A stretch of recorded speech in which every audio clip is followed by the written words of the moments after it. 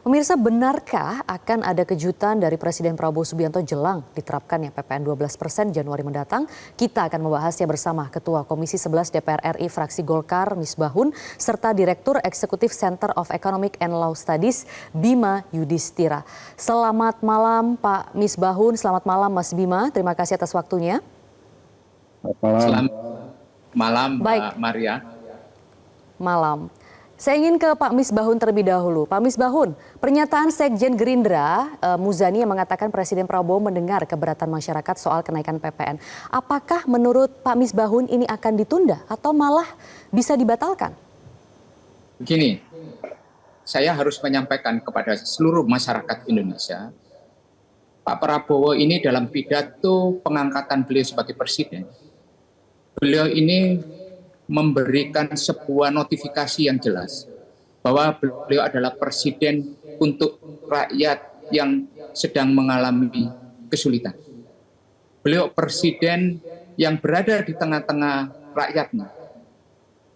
Beliau dengan pidatonya yang begitu luar biasa menyampaikan pesan yang jelas kepada seluruh rakyat bahwa saya adalah presiden kalian yang akan mendengarkan seluruh apa yang menjadi permasalahan rakyat.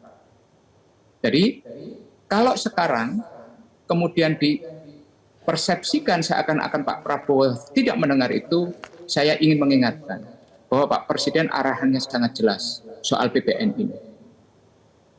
Beliau saat bertemu dengan pimpinan DPR yang dengan bersama Pak Profesor Sufmi Dasko, beliau menyampaikan bahwa Presiden ingin tetap menjaga sebuah komitmen politik yang sudah terjadi sebelumnya. Oke, jadi tetap dilanjutkan adanya undang-undang begitu? HPP. Ada undang-undang HPP. Dan Presiden ingin menjalankan itu karena beliau bersumpah bahwa beliau menjalankan konstitusi dan undang-undang secara seluruh-seluruhnya. Maka tadi saya sampaikan, beliau adalah seorang presiden yang mendengarkan hati rakyatnya. Getaran itu ada di dalam suasana kami pada saat Presiden itu berdiskusi dengan pimpinan DPR, di mana saya hadir di sana. Maka saya ingin menyampaikan, komitmen itu dijaga oleh Presiden. Harusnya menurut saya, justru pembantu Presidenlah yang paling kuat dan paling lantang menyuarakan apa yang menjadi keinginannya Presiden. Bukan DPR. DPR ini menjaga tetap sebuah komitmen itu dijalankan oleh para pembantunya Presiden.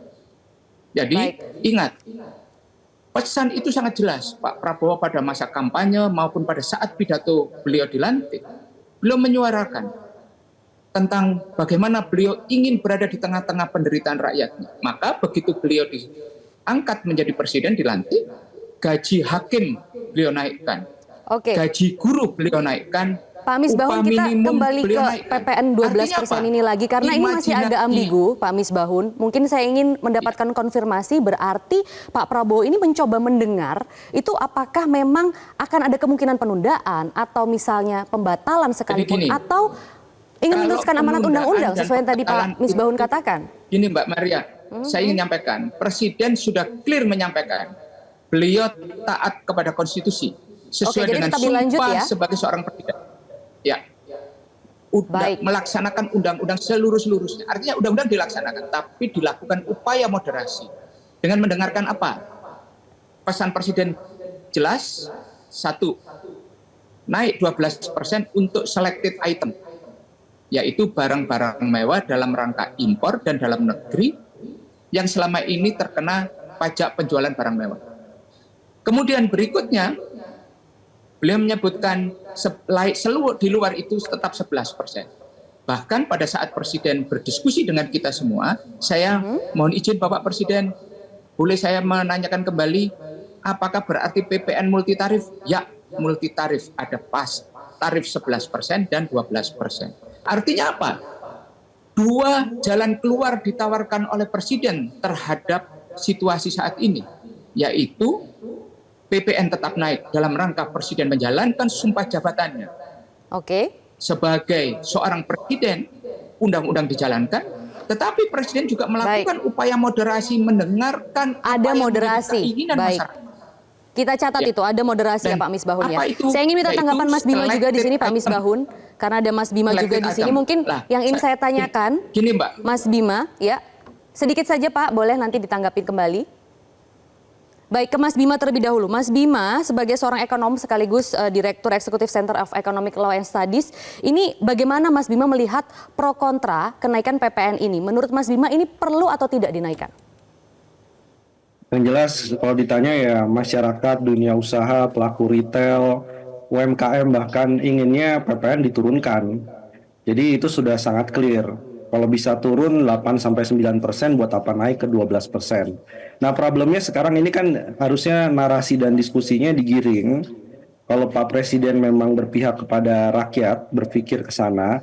Sekarang ini pembahasannya adalah mau pakai apa? Merevisi undang-undang HPP-nya.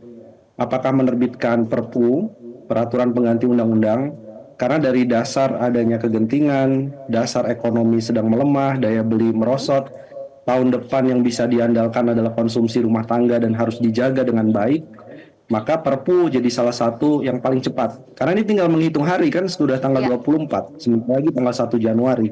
Nah atau yang kedua ini kan menunggu DPR, DPR-nya kan sedang reses. Ini kan proses untuk revisi undang-undang agak susah. Kalau menggunakan mekanisme DPR berarti kan setelah 1 Januari 2025. Jadi ini sekarang bola soal PPN 12% itu ada di Presiden. Kalau tadi disebutkan Pak Misbahun antara getaran hatinya Pak Prabowo dengan pembantunya nggak nyambung, ini Pak Prabowo harus menegur nih karena nggak ada yang bisa dipegang sekarang dari sisi Kementerian Teknis. Kalau Pak Prabowo mintanya hanya selected items, itu selected items apa? Sementara Kementerian Keuangan, ini barang yang kena PPN 12% hampir semua jenis barang, kecuali yang sebelumnya sudah dikecualikan. Oke. Nah, bahkan Bisakah ada barang memang premium moderasi-moderasi itu seperti itu yang tadi dikatakan, Mas Bima? Iya, moderasi ini akhirnya membuat kebingungan juga dan sampai hari ini kan belum ada peraturan Menteri Keuangan secara teknis. Artinya dari sisi Kementerian Keuangan juga sedang bingung. Barang apa yang disebut oleh tadi Pak Misbahun, barang premium, barang yang dikonsumsi oleh orang-orang kaya itu apa? Jadi kalau mau mengatur barang-barang mewah, pakai instrumennya kan PPNBM. ya. Nah ini kemudian dicampurkan dengan PPN. Sehingga Jadi gini. itu multitafsir kepada publik, misalnya kemarin ya, untung sudah dianulir misalnya beras premium. Jadi minyak goreng di luar minyak goreng kita.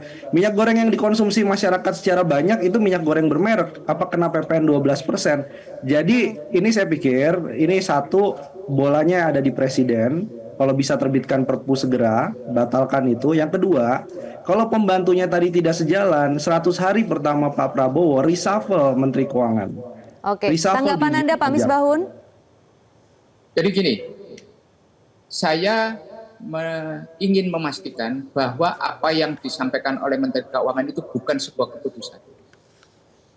Karena belum keluar yang namanya peraturan Menteri Keuangan atau peraturan pemerintah terkait dengan kenaikan PPN itu yang berkaitan dengan arahan dari Bapak Presiden yang mengatakan selected item. Maka masih sangat terbuka untuk dilakukan upaya-upaya bagaimana moderasi yang dilakukan oleh Bapak Presiden itu bisa dijalankan. Saya mendapatkan tugas untuk berdiskusi dengan Kementerian Keuangan untuk memastikan bahwa apa yang menjadi diskusi Presiden dengan pimpinan DPR itu semangatnya dijalankan.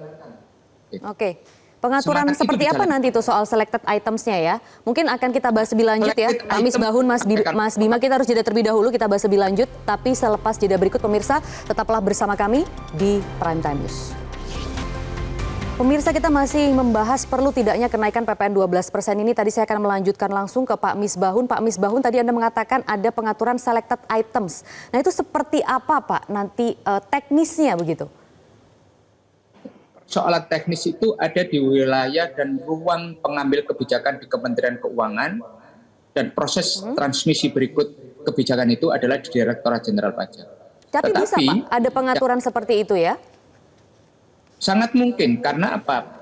Di dalam beberapa item barang yang dijual di Indonesia itu Di samping terkena PPN, pajak penjualan barang, pajak pertambahan nilai, juga terkena pajak penjualan atas barang mewah. Yang disampaikan oleh Bapak Presiden itu, bahkan beliau mengasih contoh tas mewah, mobil mewah, rumah mewah, kemudian daging mewah, beliau gitu. Nah, sebenarnya kalau melihat situasi itu, apa yang disampaikan oleh Bapak Presiden itu, setelah para pembantunya, setelah tahu bahwa Bapak Presiden berdiskusi dengan DPR, pimpinan DPR loh ini, pimpinan DPR yang membidangi bidang keuangan, termasuk ada Pak yang membidangi Polhukam, harusnya kemudian dilakukan konfirmasi. Oh, perintah Bapak Presiden ini. Nah, pembantunya kan tinggal melaksanakan apa yang menjadi keinginannya Presiden, mengkonfirmasi ulang dan memberikan penguatan apa yang disampaikan oleh Presiden. Harusnya pembantu Presiden itu adalah yang paling lantang menyuarakan tentang selected item ini. Kalau kemudian yang terjadi selected itemnya itu hanya pada 11%, bukan pada 12%-nya. Nah, ini saya harus memastikan kembali apakah arahan Bapak Presiden yang menjadi bahan diskusi dengan pimpinan DPR itu dijalankan. Itu tidak berkurang dari apa yang menjadi keinginan. Nah, saya mendapatkan tugas untuk memastikan itu dan melakukan rekonfirmasi, karena sampai sekarang saya sesuai dengan arahan Ketua Umum partai saya dan pimpinan-pimpinan di DPR, arahan Bapak Presiden soal selected item belum berubah. Baik. Belum berubah. Dan Baik, ini saya ingin memastikan bahwa pembantu Presiden harus paling lantang membela itu. Baik. Kepentingan apa yang disampaikan oleh Bapak Presiden. Tidak ada yang lain. Baik, kita minta tanggapan Mas Bimo juga dalam hal ini ya, Pak Misbahun ya, mengenai selected items dan pengaturannya ini seperti apa. Tanggapan Mas Bimo sendiri bagaimana? Apa instrumen hukumnya kalau begitu mengenai aturan item-item tertentu yang dikenakan PPN 12%? Karena sampai saat ini juga tidak ada penjelasan, Mas, apa saja sebenarnya barang yang dikenakan PPN 12%?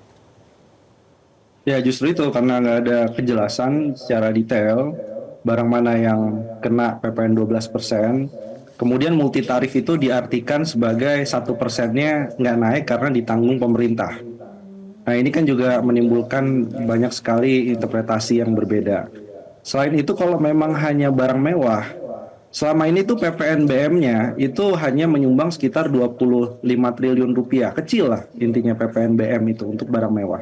Jadi kalau hanya itu, satu pertanyaannya, kalau hanya barang mewah yang masuk dalam kategori PPNBM, emangnya pengaruh kepada penerimaan PPN tahun 2025? Padahal Kementerian Keuangan targetnya 75 triliun. Jadi jelas ini bukan barang mewah yang dimaksud dalam PPNBM. Yang kedua, kalau memang hanya barang mewah, ya barang mewah itu kan apartemen, harganya di atas 30 miliar, mobil mewah gitu. Tapi kalau barang mewah yang memang ditargetkan, buat apa ada stimulus paket kebijakan ekonomi untuk mengantisipasi efek negatif dari PPN 12%. Jadi ini Kementerian Keuangan atau Kementerian Teknis ini pengen balik lagi ke format awal. Pokoknya PPN naik 12%. Itu yang dibaca oleh publik. Selain itu juga PPN 12% ini kan efeknya berantai. Sementara diskon-diskon insentif yang diberikan itu banyak yang hanya 2 bulan. Setelah itu gimana kelanjutannya? Listrik, diskon, kemudian juga beras 10 kg. Artinya ini pemerintah sebenarnya ingin agar masyarakat percaya deh bahwa PPN 12% ini baik buat masyarakat karena sudah dikasih obat dalam bentuk insentif atau stimulus ekonomi. Jadi ini beda sekali nih apa yang disebutkan Pak Prabowo. Jadi PPN 12% berlaku ke banyak sekali jenis barang dan jasa, bahkan diperluas dari yang ada sekarang, termasuk tadi definisi daging premium, sekolah, kemudian internasional itu seperti apa yang premium, layanan kesehatan. Karena detailnya nggak ada sampai sekarang, saya khawatir banyak pelaku usaha itu sudah melakukan adjustment atau penyesuaian harga dan biaya. Itu karena mereka khawatir jenis barang dan jasa yang mereka perjualbelikan itu masuk dalam PPN 12%. Jadi ada inflasi atau kenaikan harga yang mendahului kebijakan besok Januari. Dan satu lagi, ini kan momentum Natal Tahun Baru, di mana mereka biasanya pengusaha itu melakukan penyesuaian harga karena ada sisi permintaan yang memang meningkat. Nah jadi seasonalnya begitu. Jadi ini momentumnya nggak pas sekali untuk itu. Oke, Pak Misbahun, tanggapannya bagaimana Pak? Karena memang juga belum ada penjelasan mengenai barang-barang apa saja sebenarnya yang dikenakan PPN 12% ini dari pemerintah. Kalau arahan Pak Presiden kan seharusnya ditangkap oleh para pembantunya dengan clear. Tidak perlu ada modifikasi, tidak perlu ada tafsir yang macam-macam. Apa yang menjadi perhatian Mas Bima, kemudian pandangan-pandangan itu, kita semuanya menerima pandangan yang sama. Mengenai daya beli yang menurun, kemudian jumlah likuiditas yang menurun, jumlah tabungan masyarakat yang menurun jumlahnya, dan berapa ratus juta tinggal sekian dan sebagainya. Itu kita perhatikan, dan Bapak Presiden sangat concern terhadap hal-hal yang seperti itu. Sangat concern. Makanya upaya moderasi itu dilakukan. Nah, tugas politik saya berikutnya adalah memastikan itu dijalankan. Jadi apa yang menjadi perhatian Mas Bima itu juga menjadi perhatian Bapak Presiden. Bapak Presiden sangat tahu sepenuhnya. Data beliau sangat lengkap. Beliau sangat memahami. Nah, sekarang adalah the devil is in detail. Persoalannya adalah bagaimana kita mendetailkan arahan Bapak Presiden itu menjadi sebuah policy yang bisa dilaksanakan dan kemudian moderasi itu terjadi. Jadi kalau Mas Bima kemudian tadi mengatakan, oh saatnya kita menurunkan tarif pajak dan sebagainya, diskusi kami dengan Presiden termasuk opsi-opsi itu Pak. Jadi jangan seakan-akan bahwa opsi menurunkan pajak itu hanya ada dalam hingar-bingar para analis ekonomi, pengamat ekonomi. Tidak. Pada saat Presiden berdiskusi dengan pimpinan DPR, disampaikan. Tetapi ada situasi-situasi yang memang belum untuk mengarah ke sana. Karena apa? Ada situasi Mas Bima juga sudah tahu bahwa anggaran ini kan dipatok seperti apa, kita ada target penerimaan tahun berjalan dan sebagainya. Bagaimana pemerintah melakukan upaya rebound dan sebagainya. Contoh, orang membandingkan dengan Vietnam dan sebagainya. Loh, Bapak Presiden juga tahu situasi di Vietnam seperti apa. Kemudian dibandingkan dengan tarif PPN di negara lain, Pak Presiden juga tahu. Jadi sekarang kita tunggu bagaimana arahan Bapak Presiden itu masih ada waktu yang tersisa. Mudah-mudahan Kementerian Keuangan memutuskan dengan cepat sehingga tidak terjadi polemik yang berlebihan dan tidak produktif seperti ini. Karena apa? Saya anggap ini tidak produktif. Karena apa? Sudah saling serang, sudah baku hantam yang tidak semestinya, rakyat terganggu. Sama seperti Mas Bima sampaikan, orang sudah mulai Kapan akan ada penjelasan dari pemerintah terkait hal ini kalau begitu Pak Misbahun? Saya sudah menyampaikan kepada tim di Kementerian Keuangan secepatnya berikan kepastian. Karena apa? Untuk membangun edukasi kepada wajib pajak, termasuk kepada pegawai pajak dalam rangka menerima laporan SPT nanti di bulan Januari. Yang pelaksanaannya itu akan terjadi, mereka laporkan di bulan Februari. Tapi kan begitu 1 Januari, orang yang terkena PPN mulai berapa yang 12%, berapa yang 11%. Tetapi ingat bahwa arahan Bapak Presiden clear, yang selected item itu 12%, bukan 11%. Pesan ini saya sampaikan berkali-kali kepada tim di Kementerian Keuangan. Bahwa Mas Bima, sedikit ini yang boleh Pak? Terjadi. Baik Pak Misbahun. Mas Bima boleh sedikit menanggapi, bisa tidak Pak Mas Bima ada pengaturan khusus mengenai selected items itu? Saya lihat itu akan sangat multitafsir dan justru yang terjadi adalah perluasan barang yang kena PPN 12%. Yang jelas PPN ini kan sifatnya regresif. Dan kalau tidak ada kejelasan barang mewah itu seperti apa, ini akibatnya adalah hampir semua kelompok masyarakat itu kena. Jadi PPN 12% itu studi kita menyatakan bahwa kelas menengah tambah Rp350.000 per bulan pengeluarannya. Orang miskin Rp110.000, padahal garis kemiskinannya adalah Rp580.000 per bulan per kapita. Yang artinya PPN ini memang sudah sepatutnya dibatalkan 12%, harus segera diturunkan. Instrumennya apa itu kalau tadi Pak Misbahun bilang Pak Presiden paham. Ya kalau Pak Presiden paham, saya kira yang paling mungkin sekarang instrumennya adalah Perpu segera dikeluarkan. Dan kalau ini tidak dikeluarkan, khawatir bahwa ekonomi tahun depan jangankan 5% atau 8% hampir nggak mungkin, 5%. Itu bisa di bawah angka 5%. Meskipun yang ada menderita 3 paket stimulus, Mas Bima, tetap tidak berpengaruh? bisa nggak bisa. Jadi bulan Maret itu adalah masuk Ramadan dan Lebaran, ya. Artinya stimulus yang hanya diberikan 2 bulan itu adalah stimulus yang sangat temporer. Efek PPN 12% jangka panjang. Yang kedua, orang sudah susah kondisinya, daya beli sedang melemah.